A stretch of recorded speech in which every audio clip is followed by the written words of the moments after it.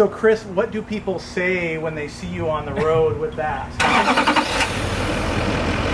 I think that might be the quietest diesel I've ever heard. I guess we're going up.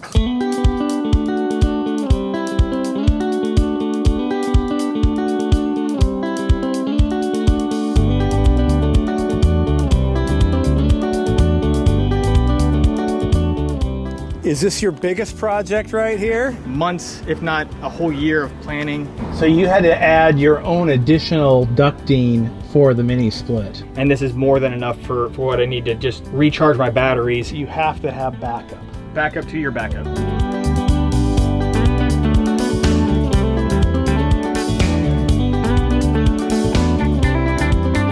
So I see these all over the place. What are these? You know, if I hit a good bump going down the highway, it just rides so smooth. I've lost track at this point of everything I've done to this RV and where I've bought stuff from. It's sure. I put a lot of money into it up front. And more of your custom ducting in here. And I just had a custom welder, you know, build me this bracket and this frame. So another huge advantage with the MiniSplit, it's quiet.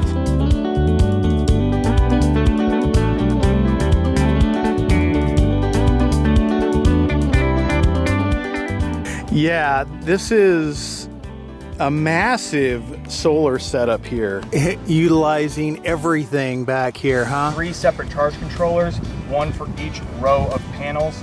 And for everything else, you're crawling underneath, huh? I'm Tom. And I'm Cherie. And we're EnjoyTheJourney.Life. I wanna run in wide spaces, fly like the wind in high places, rushing like water on my face, with your hand in my head. Ooh, I wanna dance into the morning, kiss you like you've never been kissed before me. I would go anywhere you wanna go, with your hand in my head.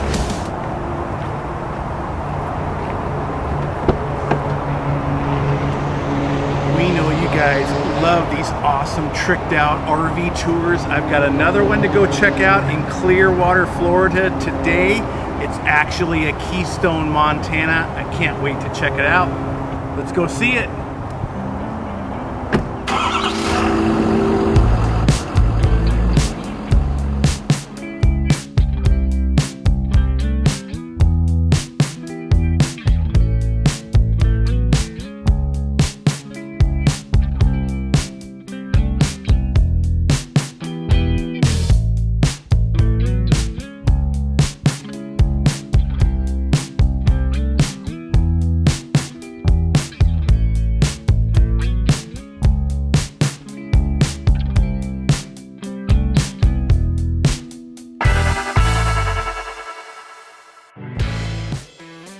What's up? It's great to see you again. Yeah, absolutely. Yeah. We're with Chris, Why Not RV on YouTube. We'll put a link down to your channel down below.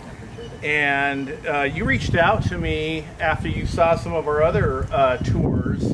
We've been doing these crazy upgrade RV tours on YouTube, which you guys have really been loving. So when he sent me the list of upgrades for his 2022 Montana back here, I'm like, I gotta check this out before we leave the area.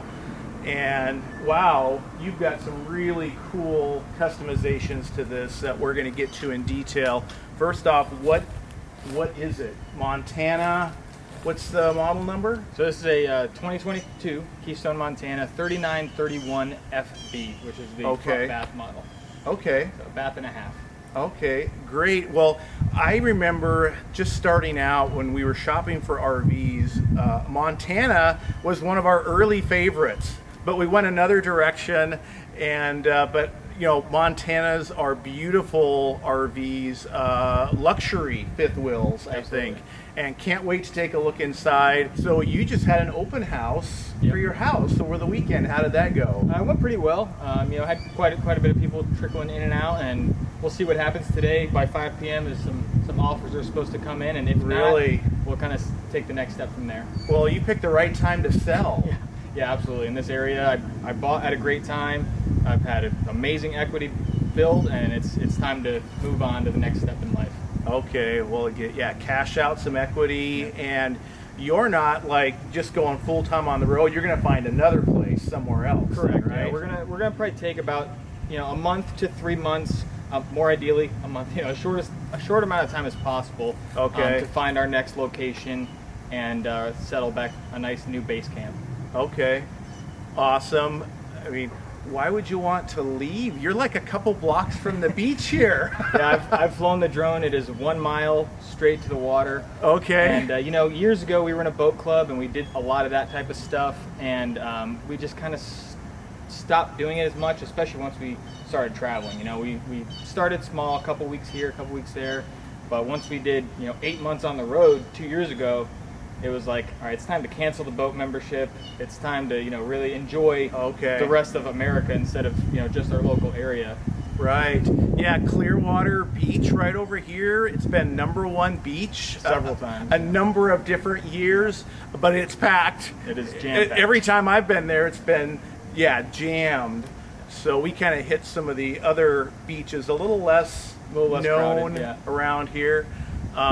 Well, awesome. Well, let's talk about your truck first. What you're pulling this massive Montana with? So I have a 2017 Chevy Duramax High Country 3500 dually. Obviously, big massive diesel for a big massive RV. I haven't really done much to it as of yet. It's been all stock up until actually this week. I have some new stuff coming in, hopefully to increase the miles of towing. But it's been a great, reliable truck with extremely minimal issues. Well, and one of the challenges to RVing this year is the high diesel prices. Yeah, it's been nuts. It's been absolutely nuts. What do you get not towing for mileage? So not towing, average around town is anywhere from 16 to 20, depending on where I'm driving to frequently. If I'm just going to Publix and back every day, it's more like 16. But if I'm going to Tampa and back, I'll get up in the 20, 21 area. And then towing. What 8. 8. 8 miles per gallon. Oh, okay. Yeah, and that hurts a lot. Okay. Yeah, I was just noticing coming out here in the F450, I was getting between 16 and 17 on the freeway, and towing we can do around 10 or 11. Yeah, that's kind of my goal with the few things I'm going to do to the truck to hopefully increase a little bit more efficiency out of it, and get even just 1 mile per gallon would be nice, but 2 or 3 would be really nice.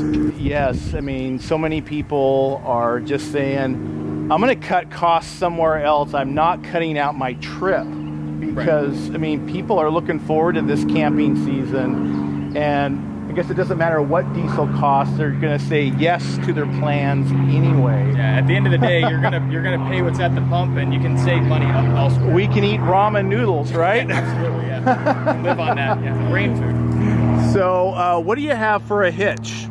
So I'm actually towing with a Reese goose box, so I'm pulling it with a goose ball. Okay, that's cool. I cannot be happier with that hitch. It is just absolutely amazing. The chucking is completely gone. The air ride suspension in it makes it super smooth. Switching from a Kingpin to the goose box made a world of a difference. I absolutely love it. Yeah, we are needing to do some kind of upgrade ourselves. Yeah, we are bouncing all over the place. We need some stabilization underneath, and I want to do something else with the Kingpin and hitch area. Yeah. So, Yeah, well, actually the hitch is great, but the Gen Y is something we've been looking at that looks pretty amazing. So I added a 67 gallon, it's called a Fuelbox. It's basically the bottom half is a fuel tank, the top half is a toolbox. So I lose a little bit of bed space, but with the goose ball it doesn't really have any effect on anything. And I gain 67 gallons of fuel. So total with the main tank of the truck, I'm over 100 gallons of fuel from completely full. Wow, 100 gallons of diesel. That's very cool. We thought about an extra tank, but the F450 has 48 gallons. Yeah, that's standard. pretty nice. So that's pretty decent. Absolutely. Yeah, this is 30 gallons with a 6-gallon reserve. And I may or may not have run out of fuel one time when towing, and that was the only time I'm ever going to do that again. So I decided to make that change. So did you top it off before the prices went way up? Yeah, actually I topped it off when we were coming back from our most recent trip. I topped it off almost 3 months ago. Okay. And I haven't needed to add fuel since. Okay, so probably like less than $4 a gallon at that point. Yeah, huh? it was pretty low threes. I think it's 320 or 330. Oh my gosh. You're not looking forward to filling back up again, No, are I'm you? not. I've done the math on it, and I'm trying to drive it as minimally as possible right now around town. I'm using my e-bike everywhere I go. Yes, great tip. Yeah, we shared that in a previous video. Use your e-bike for short trips. Absolutely love the e-bike. What kind do you have? It's the Lectric XP 2.0, just like the majority of RVers out there. It's a great bike. It's solid, you know. So we bought a pair of them so that we both have one. Okay, sweet. And what we'll do is we'll put a link down below for the Lectric e-bikes and pretty much everything else that we talk about in this video, so you can check it out if you want to.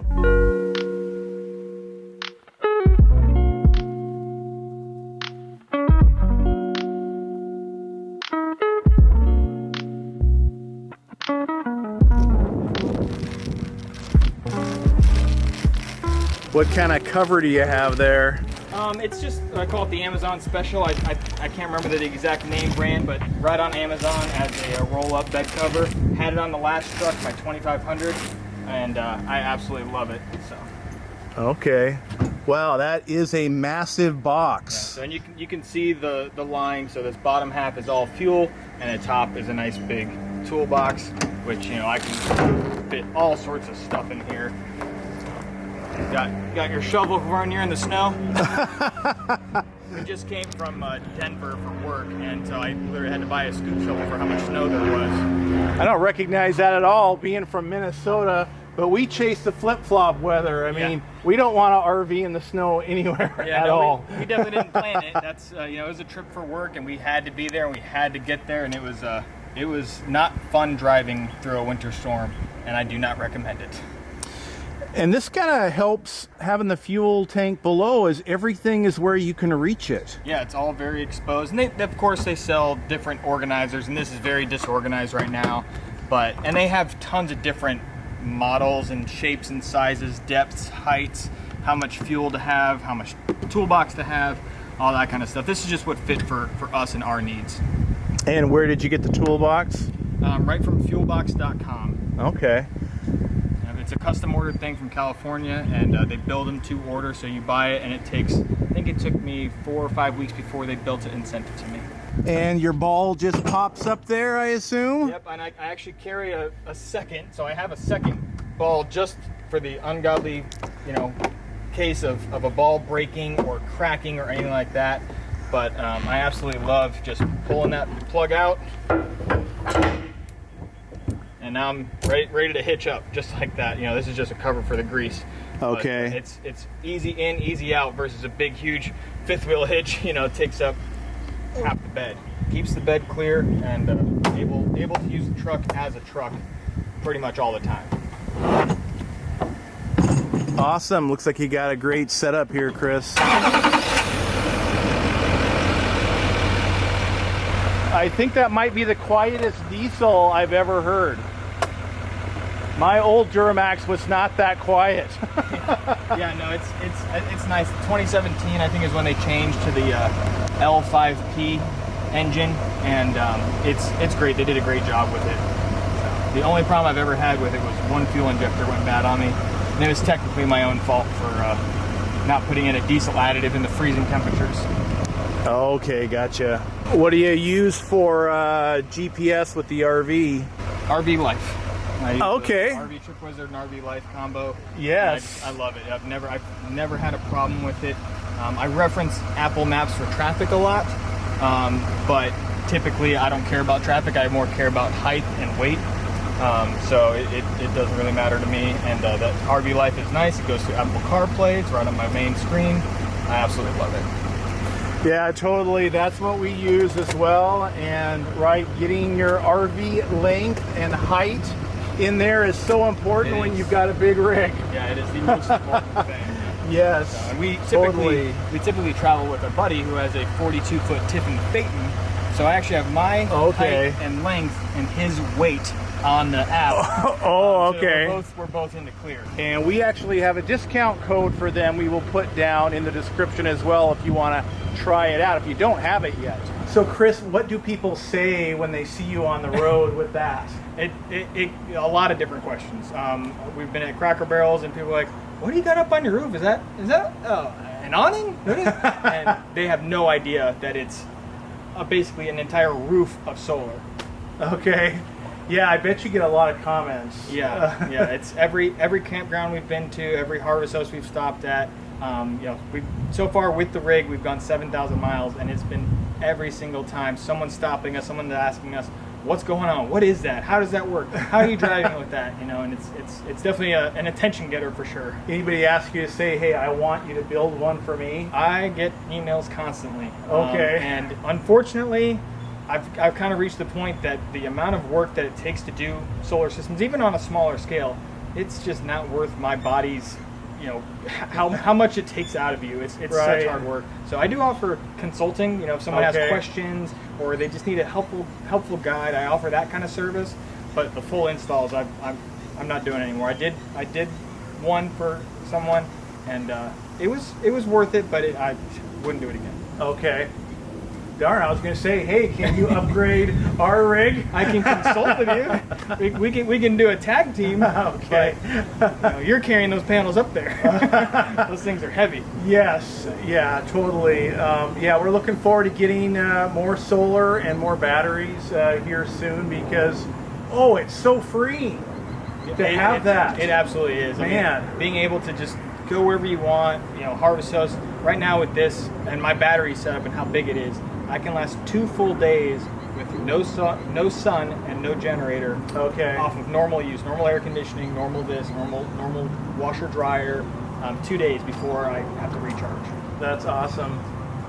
Whereas before it's like, you can barely make it through the night, or you got to turn the generator on for a couple hours before you go to bed, and it's just a hassle, and it's just so nice to not worry about it, not even think about it.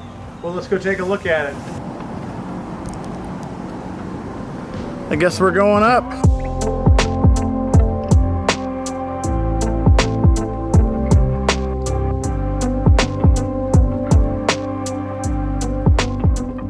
Is this your biggest project right here? This was definitely the biggest project. The pinnacle. The pinnacle of the Montana and my build and how I wanted to do it. This was definitely, months, if not a whole year of planning.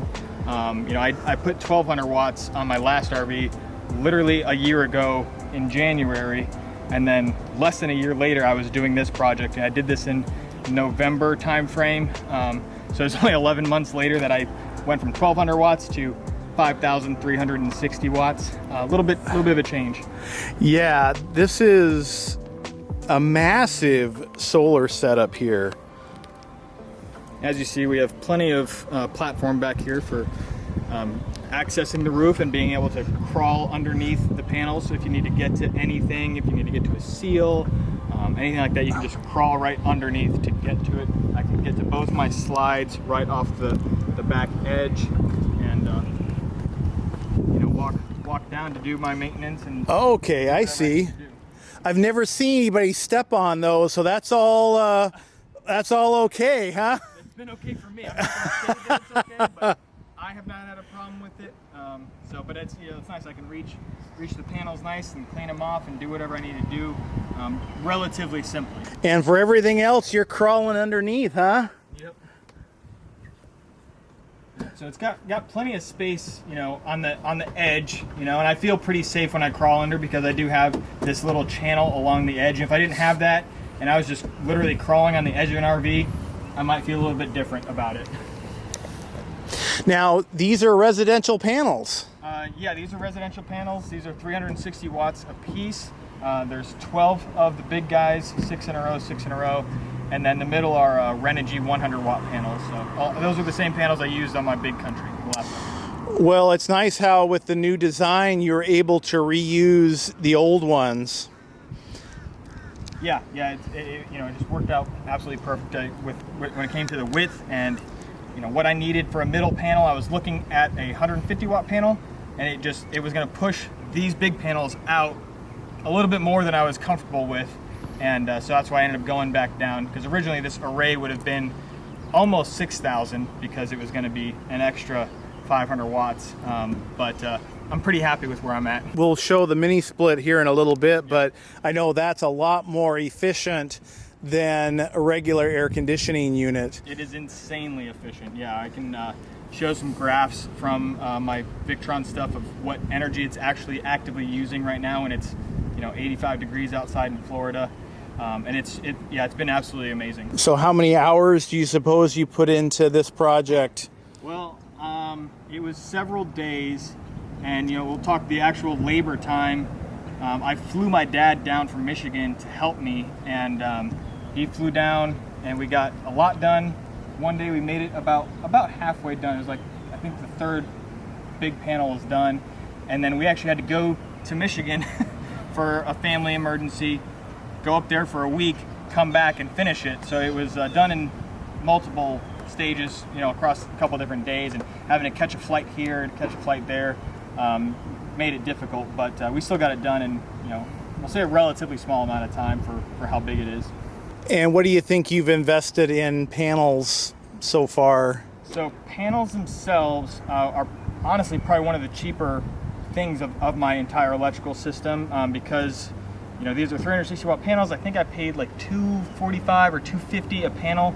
So I always say if you can find for $1 a watt or cheaper, you're doing pretty good. The middle panels, those are $100 for 100 watts kind of thing. I think like 95 bucks plus tax, it's 100 bucks. But then these ones I was able to save a little bit. So out of 5,000 watts of solar, I'm probably only close to like around 4,000 and change in it. And it's great that you can DIY it. Like, this is a project like, man, I would not take on myself. Yeah, it was definitely a massive undertaking. It is for sure the biggest thing I've ever done to an RV. And when I built it, I originally didn't have the cross members in the design, and as we were kind of coming back with it, I would shake these panels back and forth, and I was like, that seems a little sketchy. Oh, okay. I had my welder weld me these custom cross brackets to get that rigidity side to side, and after that it's stiffened up so much that these things aren't going anywhere. I mean, I'm shaking the whole RV right now. So yeah, I mean, from the looks of it, it doesn't look super stable until you really kind of get under here and take a look. And you've got quite a bit of cross bracing in there. Yeah, three of these on both sides, and we've driven 7,000 miles now with this setup and have not had a single issue. Okay, well that's pretty proven then. And you're protecting your roof. And protecting it from a lot of UV rays, rain, debris. When I designed the system up front, you'll notice in some of the footage, they're angled up front. And I did that for two reasons. Obviously, number one was wind resistance. I wanted to push wind on top of the panels.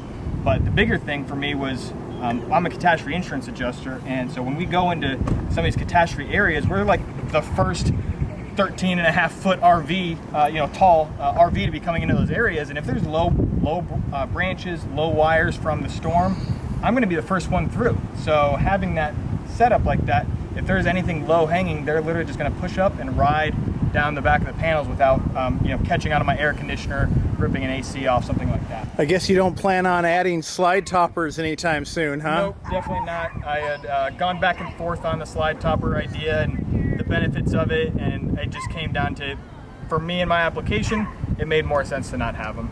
So the way that I wired these panels, I have 3 separate charge controllers, one for each row of panels.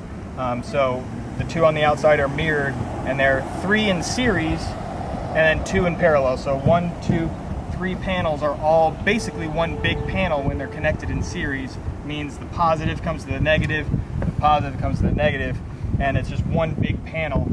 And that's, like I said, there's 2 sets of those going to 1 charge controller. In the middle, it's a similar thing, only it's 5 in series and then 2 in parallel. And the reason I did that is because I have a 48 volt system, and you want as much charge time as you can when using solar, and you need to increase the voltage above your 48 volts in order to charge.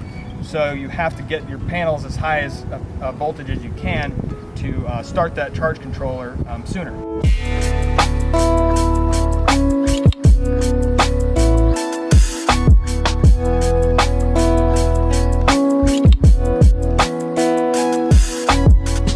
We're getting ready to hit the road basically full time for a couple months while we find our new base camp. Okay, I see. Very tight space. Utilizing everything back here, huh? What are the batteries then? So they're raw lithium cells, 310 amp hour cells. So it's the same thing for all the 12 volt people as having 8 310 amp hour cells or batteries. Okay, and so when you say raw, that means they're like a generic brand, or yeah, I mean they're imported from China technically. When I say raw lithium cell, I just mean it is a cell that produces voltage, and that's it. There's no protection to it. There's nothing you have to add all those protections of overheating, undercharging, overcharging. Oh, no BMS No then. BMS, yes. Okay. So I had to add a BMS to it, but the batteries themselves came from a company called EEL Battery, and I'll forward a link here to Tom, and he can add that to his description where I got them from. But again, they're 310 amp hour cells. If you have a 12 volt configuration, 4 of them make a 310 amp hour battery, and that's about $800. So compared to like a Battleborn that's almost $1,000 for 100 amp hour, you're getting 3 times the amount of space here, but you still have to do everything yourself. You have to get a BMS for it, and obviously you have to know what you're doing, because you're playing with a very, very important part of the rig, and if you don't do it right, you can cause pretty major damage. Definitely, and I imagine you have more detailed videos about this on your channel. I do, yep, absolutely. Okay, and we'll link to some of those as well, because I know quite a few viewers are really interested in doing their own solar setup and batteries and doing it as economically as possible. Absolutely. So yeah, doing the 48 volt system for me was the best thing, just due to how much power I was trying to produce here. It's definitely not the right thing for every RVer. In fact, it's probably less than 0.5% of RVers that would fall into that 48 volt category. But I always say 24 volt is better than 12. But if you want to stick to the 12 volt side of things, that's the easiest and most, easy to swap out. And what else do you have under here that's custom? Well, so you have off the batteries, we'll say those feed into the Victron Lynx distributor system, which then feeds everything else. So because I'm at a 48 volt system, but an RV is 12 volts, I had to step down from 48 volts to 12 volts. So we have the Victron DC to DC converters that do that, and then I have those connected to the original 12 volt section of the RV. From there, I also have, of course, the 3 mppt charge controllers all connected to the Lynx distribution system, and my 2 48 volt 5000 VA, which is about like 41 or 4200 watts of power. So times 2, it's like about 8,000 watts of power available. So aside from the electrical side of things, plumbing, I have a little, I put a hard pipe, aka inline adjustable water pressure regulator. So that's really nice to have instead of having one on the outside. I put in the variable speed, DC pump, so it ramps up and down as needed. Pro Aqua Water Softner, and I'm actually working on, so if you watch my channels, you'll see I have a couple of these 10-inch filters that I'm going to be adding in line with the one. I'm going to do 3 total, and basically recreate, I won't product name drop anyone, but recreate a 3-stage system that you can buy online for like $500. I'm going to recreate it for about $80. So that's cool, and that'll filter everything in the RV and get rid of all the toxins and all the nasty stuff in the water. So, and then of course the other big thing is the MiniSplit and all the duct work, which is extremely one of a kind. Which is all of this right here. yeah. So okay. The MiniSplit is pretty well hidden behind the ductwork. It's right here. That's the air handler up there, and I built a custom plenum that feeds everything, and we can talk about that and how I did all the ductwork and whatnot. So you had to add your own additional ducting for the MiniSplit. Yeah, and originally I tied it into the existing ductwork, you know, basically what the furnace would feed. I tied it into that, and it was doing a decent job, but we went out to Colorado for work, and we were in sub-zero temperatures. I mean -13. And I quickly realized that the MiniSplit, even though it did a really good job, it was not enough for those extreme cold scenarios. So I needed to be able to use the gas furnace. And so again, I'm sure Tom will put a link in the description below, but I have a video on basically how I did all the duct work to tie in both the furnace and the MiniSplit into the same system, so I can use both simultaneously for the heating side of things, and of course air conditioning side of things, it feeds, you know, just off the MiniSplit. That's definitely seems like a one-of-a-kind system. One of the easiest upgrades you can do for me, as long as you can carry it, is switching to a 40-pound propane tank. I did, you know, dual propane tanks. Obviously on the other side there's another one, but increasing from a 30 to a 40, it just changes in height. It doesn't change in diameter, and you get an extra 20 pounds, you know, 10 on each side, and it really makes a big difference for us. That is a great idea. Stock generator? No, this okay. is a completely custom generator. So the stock generator that would have come with this RV, and I ordered the RV generator prep, but did not want the generator because it comes with a 5,500 watt Onan.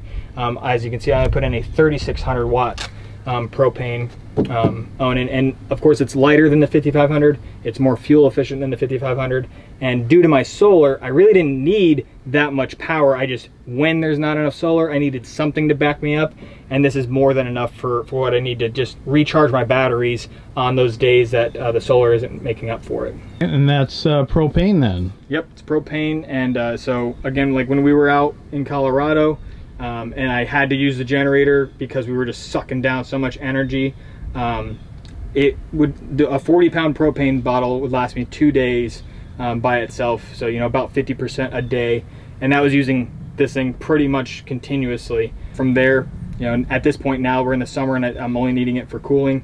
I haven't had to run it at all yet, but we'll see as the summer goes on. Like what I am always telling people, you have to have backup. Backup to your backup. Yes, yeah. Absolutely. A second backup, a third backup. I mean, because you just never know what's going to happen, and definitely when it comes to power, internet, you know, water. Whatever. Water, yes. A backup water pump is always a good thing to have. Right. This is the Reese Goosebox 20K. Again, it has 2 springs and an airbag inside that you can't see because it's in its casement. Reduces everything, you know, in terms of chucking, and the air ride suspension. Just, you know, if I hit a good bump going down the highway, it just rides so smooth. You know, compared to my last standard hitch, it just night and day, absolute night and day. I love it. It is harder to hitch up though. Lining up this little hole over a ball is much more difficult than the kingpin situation. Okay. Yeah, that kind of makes sense. Yeah, a lot smaller spot to hit. Yeah, it is. And where did you get the Reese? I ordered the Reese, I believe I actually ordered it through Amazon. If not, it would have been e-trailer, one of the two. So, but I feel like it was on Amazon. I've lost track at this point of everything I've done to this RV and where I've bought stuff from. It's sure. I put a lot of money into it up front, so that now for the next, you know, minimum of 10 years, I can enjoy this RV with pretty minimal upgrades left. You know, I don't really have many upgrades left to do. It's more just maintenance at this point. You know, I've done everything a dream RV could possibly be for me and my use. This side of the rig is nice just because I have my girlfriend 3D printed me battery holders for all my DeWalt batteries. Oh, cool. And, you know, tool holders, so all my tools get mounted right up on the wall, and they're up out of the way. That is very cool. And more of your custom ducting in here. Yep. Yeah, the front bath on this rig is quite a bit of space, and the duct that feeds it off what was the original furnace is a very small duct. It was like 2.5 or 3 inches. So I increased it just a little bit. And it was real difficult to get up in there, but you know, now there's tons of airflow in there, and it's able to keep the RV cool. But that was the hardest thing about doing this ducted system, was balancing where I needed air to go, you know, throughout the rig to make all the rooms equally cool. Extra freezer back here. Yeah, an extra freezer. This company sent me this just a few weeks ago. I'm still technically testing it before I'm doing my own video on it, but it's been great so far. It's a little 12-volt DC freezer, super quiet, maintains. I'm at -3 right now, and it's just increased my freezer space. So. Yeah, that's very handy. Yeah, and then we added these little, it's basically just the male portion of the ring there, and I just screwed it up there, and it keeps our sewer stuff out of a cubby, out of a cabinet, and high and dry, locked in place. It doesn't go anywhere when we're driving. And then they get washed when it rains. Exactly. Dual purpose. That is super cool. Nice little hack there. You got the Valterra valve there, I see. That is an RV must-have. The must-have, and then the biggest upgrade that no one ever thinks about is a metal handle. The plastic handle comes with it, but a metal handle, let's just say my plastic handle broke on me in the freezing temperatures of Colorado. Oh, okay. And I was stuck not being able to open my gate valve and dump our tanks. Oh, it was man. not fun.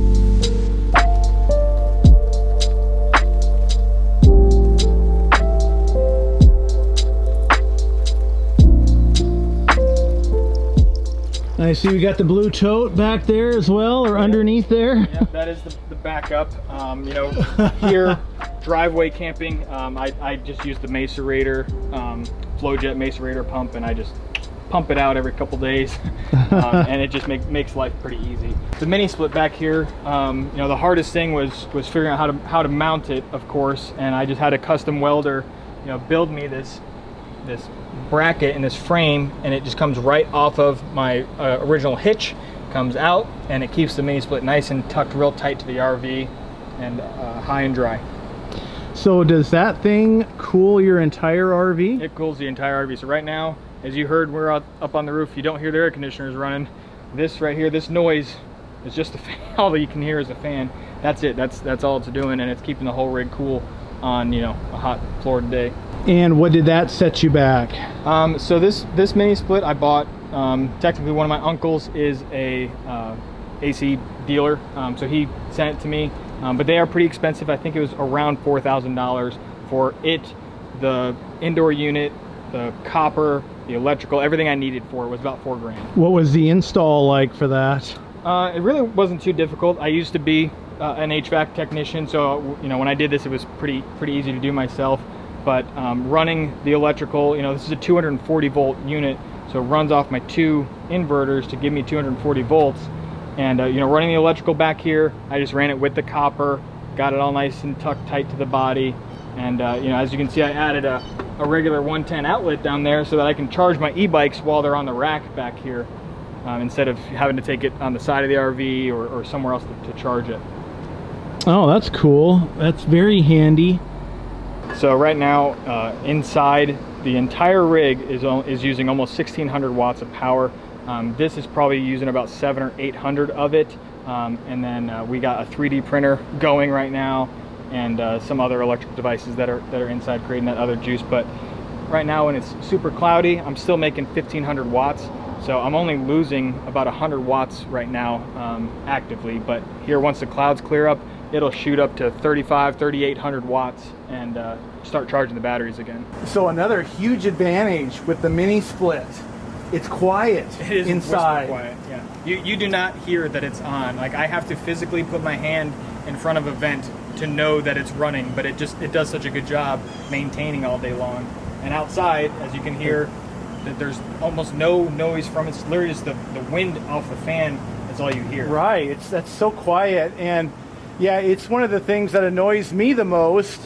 I think Cherie as well, is how noisy RV air conditioning units are. It's like you can't really have a regular conversation in there. Yeah, it's like, or the TV's got to get turned up, and yeah, whatever you're doing, it's difficult.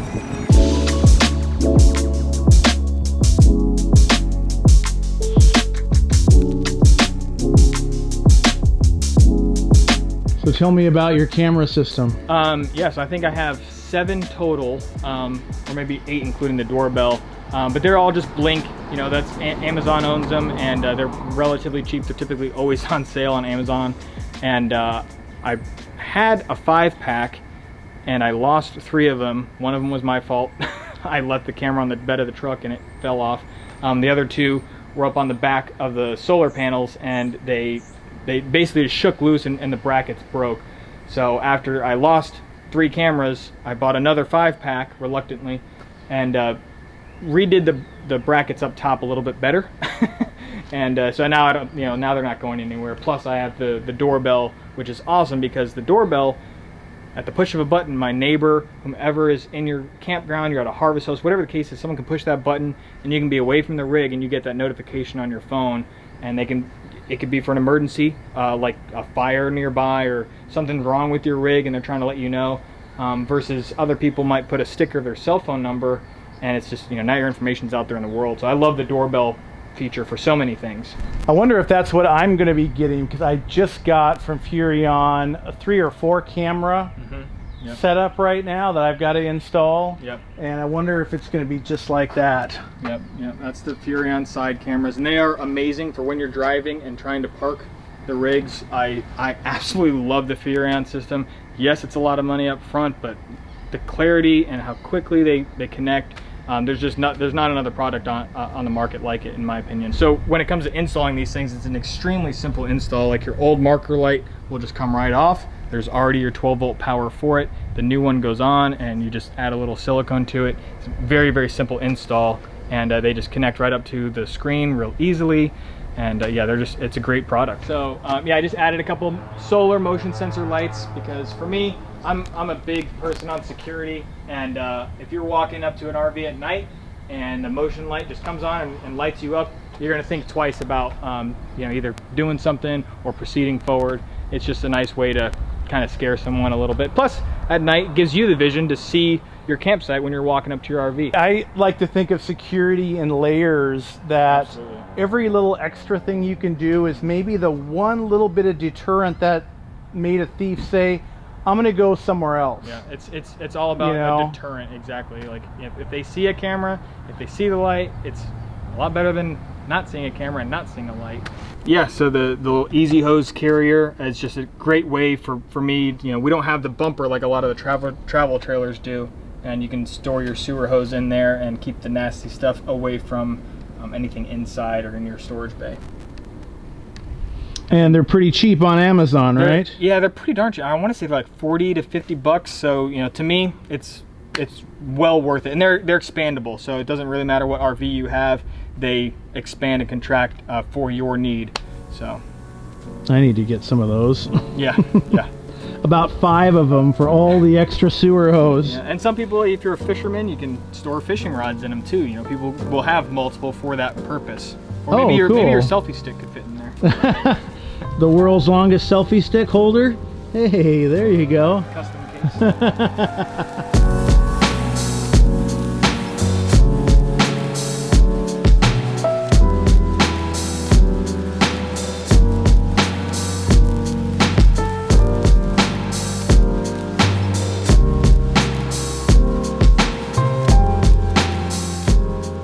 So I see these all over the place. What are these? This is a staghorn fern, and my girlfriend, it's her plant. She loves it so much that when we leave here, we're taking it with us to our next location. So this big huge thing I have to move. Oh my gosh! I'm personally not looking forward to, but she loves it. It's a separate fern, but you can see my neighbor's house has one, and it's attached to the tree, and that's because these can grow on a tree and then encase it like that one has. It's completely encased that tree, and it literally they live together. Like it's can't remember, symbiotic. Symbiotic relationship. Okay, yeah, I see them all around. I'm like, what is that thing? And we literally feed it rotten banana peels. You can see one still rotting away right there. We put up bananas. Here's another. And oh my gosh! So much. So not just water, it needs to eat, huh? Yeah, it needs to eat. Yeah. Like the Sarlacc pit. So since you work on the road, what do you do for internet? Yeah, so obviously internet's pretty important to us. We need it for work, and of course I need it for my channel. And I just use Nomad Internet. I've used it now for 2 years, and I only had one time that service had dropped out on me, and they sent me a new SIM card. Was good to go. But I've absolutely enjoyed it. It's simple. I just have one router inside, and creates its own little network for the RV, and it's 24/7 Wi-Fi. Okay, and well, what network do they use? I mean, so mine is through the AT&T network. They do offer services, I believe, under T-Mobile and Verizon, but mine's under the AT&T network. Okay, you've got a very tall WeBoost antenna Yeah. you use as well, huh? Yeah. So I had that. I still haven't done the install on this RV and have figured out how I want to make it expandable. But yeah, I love the WeBoost. You know, for when that one time you have a half a bar, that WeBoost will give you 2 or 3 bars. I really enjoy it. Well, Chris, what was your motivation to start RVing in the first place? Yeah, so mainly it came down to we have a very good friend that we travel with, and he's been traveling for a few years longer than we had, and we wanted to do that, of course, like most people want to, but at our age group, working full-time is very difficult. And so we made a career change that actually helps with the RV life and why we're able to RV so much, because we work out of the RV. So Okay. you know, once we made that transition, it just opened up the doors to RVing. And what do you do for work? So I'm a catastrophe insurance adjuster, which means Okay. I go to a catastrophe to do insurance adjusting, and I work as I want to. I can work hailstorms, I can work hurricanes, I can work fires. Just depends on what's going on, and we pick and choose what we want to work when we want to work. I see. Is it like subcontract type work, or Yep. employment? Yeah, so we're on a couple different rosters of other companies that then reach out to us and say, hey, we need adjusters here or there, and we just pick and choose, when we want to work. Wow. Is there a demand for this? I mean, Yeah, it's a very heavily demanded field. Unfortunately, we'll call it a high nutrition rate, where there's just so many people that start it and they don't make it. Okay. When you go to work, you're working 12 to 15 hours a day, Oh, wow. 7 days a week for an undetermined amount of time. Okay. You can get somewhere, and it could be a week or it could be 3 months, and you're working 7 days a week, 12 hours a day, nonstop. which, quite a few people that do go into full-time RVing look for project work like that. They do, Where maybe it's the harvest or something, or it's Amazon, but they look for these, I say crazy, but very work-intensive, labor-intensive, for a short amount of time, where you make bank. Yep. Right? Absolutely. Short amount of time, then you go enjoy, the lifestyle for weeks or months, and then you pick up another, shift. Yep, exactly. Our first year doing it, we basically quit our regular jobs, went in the RV, not full time by any means, just went for an RV trip that was supposed to be 3 months, turned into about 5 months, just because we were just enjoying it so much and being on the road. And at the end of that 5 months, hurricane came, hit Louisiana, and we got the call to go to work, and we were out in Utah enjoying our time, but it was time to go to work, so we went. And we worked 3 months our first year, and we made enough money for 3 months to last an entire year. Wow. Before we needed to work again. That's awesome. That is super cool. Now I can see why you wanted to do such a massive upgrade. Yeah. If you're, coming into a disaster area, like after a hurricane, you've got maybe none of the services that you would need, right? Typically the first week to 2 weeks, depending on how close you get to your claims, you have no power, no water, no sewer, no nothing for at least a couple weeks. So this past year, for example, we got to New Orleans, because it's a major metro, and we knew power would come back soon. And this is obviously before we had the Montana, and we had to run our generator 24 hours a day for 14 days. It was 2 weeks in a row. Wow. Non-stop generator usage, and it put a hurting on our generator. So Sure. And so do a lot of adjusters that come in like you have an RV with this kind of setup, or is this kind of a rare thing? My setup is definitely a rare thing, but it's because each year we're trying to figure out ways to be more efficient at our job. And this last year I was driving minimum of 1 hour, sometimes 2 to 3 hours each direction to my claims. So every day I'm wasting 2 to 5 hours drive time, where if I could have taken the RV down into my area where all my claims were at, parked it at a church parking lot, they don't mind because I'm here helping the local area. Right. I could have been at my claims in 15 minutes, and I could have gotten so much more work done in such a shorter amount of time. So, and that's what it's all about with our work. Yeah, that's really cool, and it makes your job a lot more efficient, and then you can be on to the next job or off, you know, Exactly. enjoying the lifestyle. Yeah, as you know, there's no shortage in disasters. So if I'm stuck at one disaster for 3 months, well, 2 more hurricanes came and went. Other people are going to work those, but if I could get all mine done so fast that I can get to those next storms and help more people, and of course, you know, make more money, that's always the goal. Right, and now we're kind of getting into storm season. 58 days here. away. So, well, I guess you're getting ready to get busy then, right? Yep, absolutely. Even right now, we've been getting tons of offers for the tornadoes and hail that happens up north. But because we're in the middle of moving and selling the house and whatnot, we decided we're just not going to work right now, and we'll just take a few months off. Right, and so as we're speaking here, you're like getting offers, Yep. messages for offers that you've got to check. Yep. So you'll have to let us know how that goes. Yep. But, well, let's head inside Sure. and check it out. Hey, look at the YouTuber. YouTubers. Mooch docking. Not really. Mooch docking off my own self, so I'm a self mooch. Mr. Bandit. Okay. He just came back from 2 weeks of boarding school. The good RV dog. He is the best RV dog.